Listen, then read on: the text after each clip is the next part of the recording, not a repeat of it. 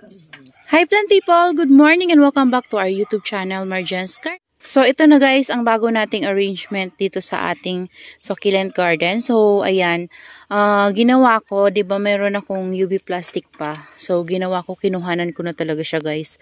Kaso akala ko hanggang dito siya banda sa ano na to, dulo. Kaso lang, hindi pala siya umabot dito sa dulo guys. Hanggang dito lang siya oh. Ayan, tas ginawa ko, inipitan ko lang siya. Yan, may mga ipit sa gilid. Yan. So, sinukat ko siya bago ko nag-cut. So, dito banda, wala nang ano dito guys. Wala nang ano, takip. So, hanggang dyan lang siya. Yan. So, siguro dito DIY na lang yung ilalagay ko guys. Kasi kapag magka-cut pa ako ng ganito, sobrang haba na yun guys. Hanggang doon na yun guys sa dulo. Ayan. Kasi kapag hanggang dyan naman kasi guys, ang hirap dumaan dito papasok kasi mababa nga yung bubong na ganito. Yan. So, kapag nagdagdag pa ako, mahirapan ako pumasok kasi nandito yung pasukan natin guys. So, kaya naisip ko, wag na lang munang lagyan dito. Pwedeng DIY na lang ilalagay ko dito. Hanggang dito lang talaga guys sa ano natin, pink curls. Ayan. So, para kapag pumasok, hindi anuhan yung papasok dito guys. Kasi mahirap pumasok kapag payukuyo ko. Minsan na ano pa yung ulo ko sa sa bubong. So ayan na guys yung nagawa kong arrangement sa kanila.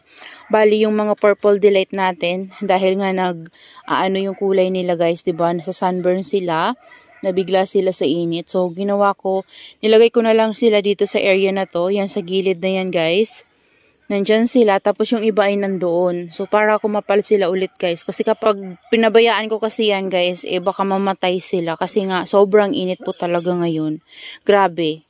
Kaya nga ito kahapon, nung nilagay ko to dito, nailagay ko na to dito kahapon, hindi ko lang naayos yung dito banda.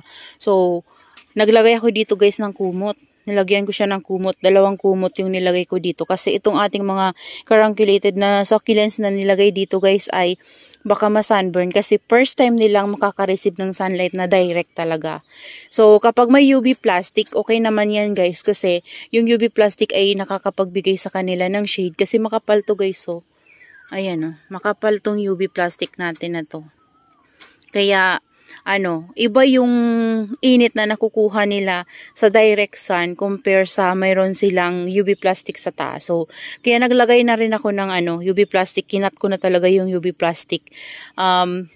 Para ma-shade sila ng UV.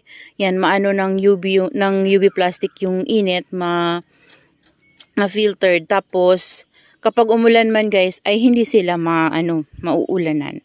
So, hindi pa to final, bali itong natin na to, i-forward ko siya dito ng konti kasi kapag umulan guys ay pwede silang mabasa dito sa gilid na to oh. Ayan, kasi pwedeng sa kanila matapon yung tubig. Yan, i-forward ko lang ng konti para hindi masyadong nakagilid kasi masyado talagang nakagilid yung ating upuan. So, pwede na rin siguro guys, ipo-forward ko na lang yung pot. Hindi ko nagagalawin yung upuan. Ganyan lang, yung pot lang siguro. Ayan, parang ganyan. So, dito banda, maglalagay ako ng DIY lang kasi nalalaglagan dito guys ng ng bunga ng papaya. So, baka mamaya malaglagan to, madurog-durog. So, maganda na yung sigurado. Hoy, anong ginagawa mo dyan? Tingnan nyo guys, oh. Ang kulit-kulit. Ang kulit-kulit. So, dito banda guys. Ito, hindi ko pa nalilipat yung strawberry ko. So, dito banda, pasensyahan nyo na dito. Magulo pa kasi ito hindi ko pa siya naayos. Tapos magwawalis na naman ako ulit guys. Ayan, oh. Yung pinagripatan natin nandyan pa. Hindi ko pa naayos. So, yung iba nating mga succulents nandito sa ilalim. Ayan, nandyan sila. Tapos, yung dito guys, nalulungkot ako guys kasi yung mga propagation ko, yung mga nabuhay ko ng leaf propagation galing sa Silver Prince, grabe. Kahit na medyo shade dito banda guys sa area na to, nasa sunburn pa rin sila guys, oh. Ayan, namatay na yung iba. Ito, wala na. Yung dito, wala na din yan. Wala na. 2 yun sila dyan. Ito na lang yung natitira. Ewan ko kung mabuhay pa yan guys. So, lumiit na. Ayan. Wala na talaga yung silver prince ko. Di ko na na-save. Grabe kasi yung init ngayon guys. Grabe. Sobra-sobra. Ayan. Ito, nagtry ako ulit na maglipropa ng ating anak Comsirus. Ito yung variegated guys. Nagbiping to kapag stress. So, ito naman yung ating orbiculata. Ayan. Mga taba-ching-ching yung leaves. Pero, sana guys, ma-maintain natin yung leaves nila na ganyan, no? Sana hindi sila tawag doon, pumayat. Yan. Kasi minsan, umahaba sila eh. Ayan, ito naman, nag-bloom na siya guys. Tapos ito, kailangan ko na itong tanggalin. Ayan, pero meron pa siyang mga pausbong. Ayan, pero siguro kailangan ko na to guys tanggalin. Tatanggalin ko na to guys. Ito, hayaan ko muna. Para mag-baby tong mother niya kasi baka mamaya mamatay kapag pinabayaan ko lang. Yung ating mga variegated jade naman guys, okay naman sila dito. Ayan. Ito yung ating variegated jade. Ito naman yung variegated curly jade. So far so good. Okay naman sila guys at walang problema sa kanila. Ayan. Less lang talaga guys sa pagdilig sa ating mga jade. Yan, ito nilipat ko dito. Yan, ito yung napaglalagyan ni sino ba yun? Lawi.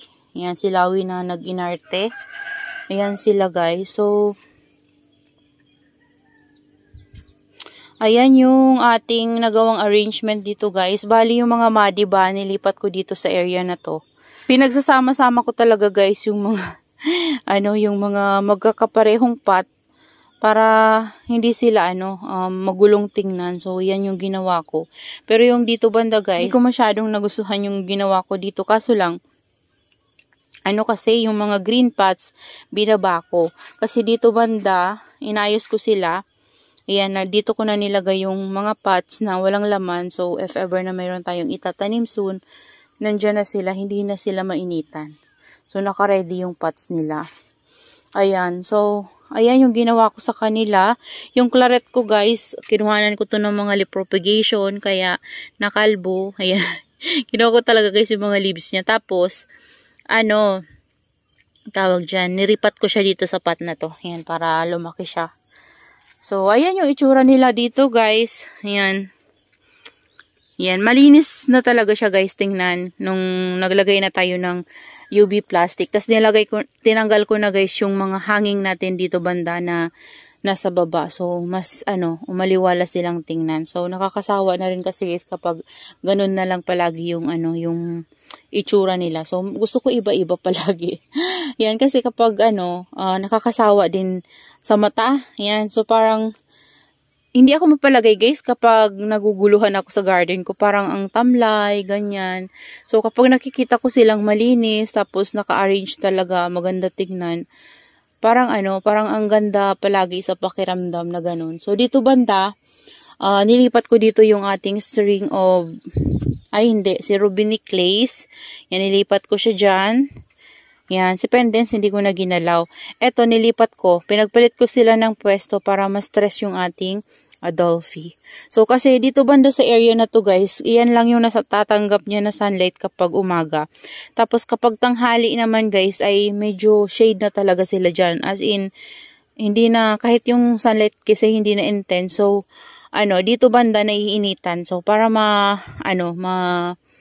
stress itong ating Adolphi.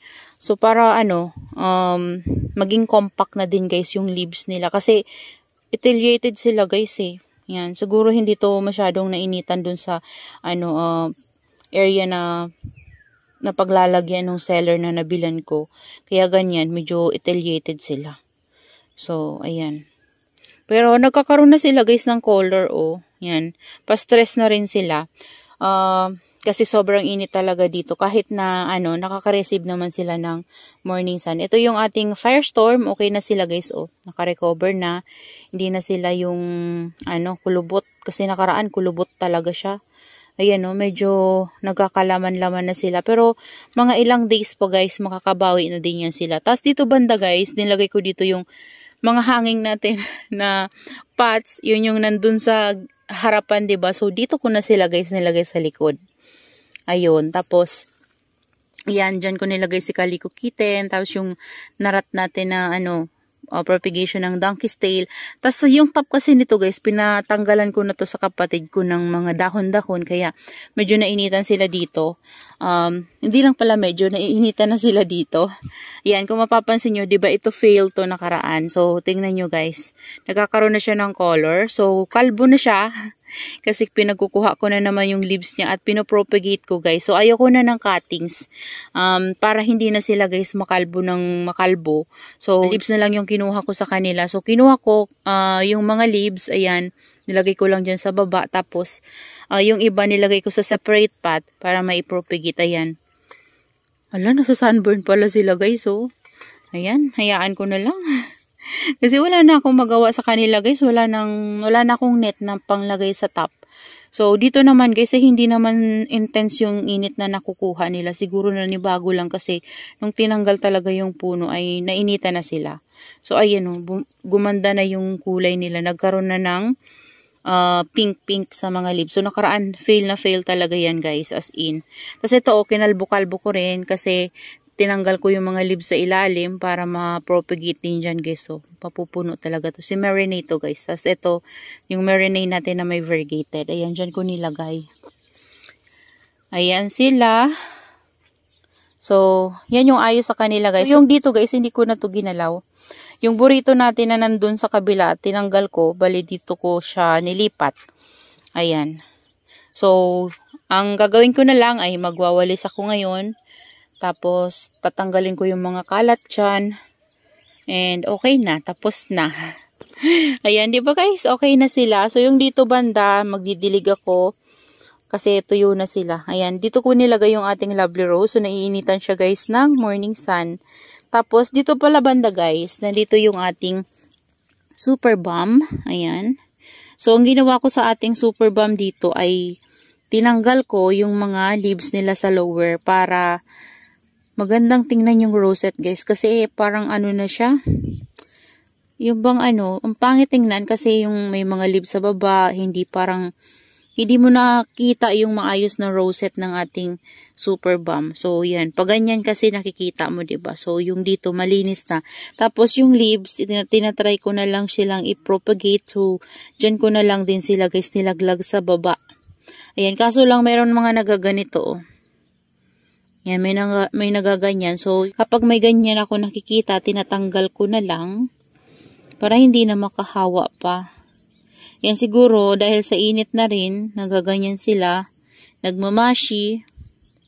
Ayan, pero hindi naman yan lahat guys magmamashi. Meron din yung magbi-baby. Ayan. So, punong-puno ng guys, diba? Lip propagation. Ayan, as in, puno talaga sila. Kasi pinagtatanggal ko yung mga leaves dito sa lower leaves. Kagaya nito guys, so ayan diba? Yan, ginaganyan ko lang yan itabingi lang natin. Baka sakaling dyan sa puno, hindi siya magmashi. Yan, ganyan din yung ginagawa ko sa pagpropagate. Minsan, tinatabingi ko lang yung leaves. Nagkakaroon siya guys ng baby. Ayan. So, ayan na guys, yung ating super balm dito. Okay na siya. Ito yung pinaka-mother plant ko na pinagkukuhanan ko ng mga cuttings. So, yung iba natin na super balm guys ay nandito banda. Ayan, nandito. Nilipat ko. So, ito yung ating Purple Delight. Tapos, dito banda, dito yung ating Murasaki. Ayan. Yan. Tapos, nandito na yung super balm. Diniligan ko sila guys kahapon. Ayan. So, that's all for today's video guys. Yan, I hope you enjoy watching. At kung hindi pa po pala kayo nakapag-subscribe sa ating YouTube channel, please do subscribe, Mergence Garden, like and share. Also, hit the notification bell para lagi po kayong updated sa mga susunod pa nating video na gagawin. So, that's all for today. See you on my next vlog. Happy gardening everyone. Bye-bye.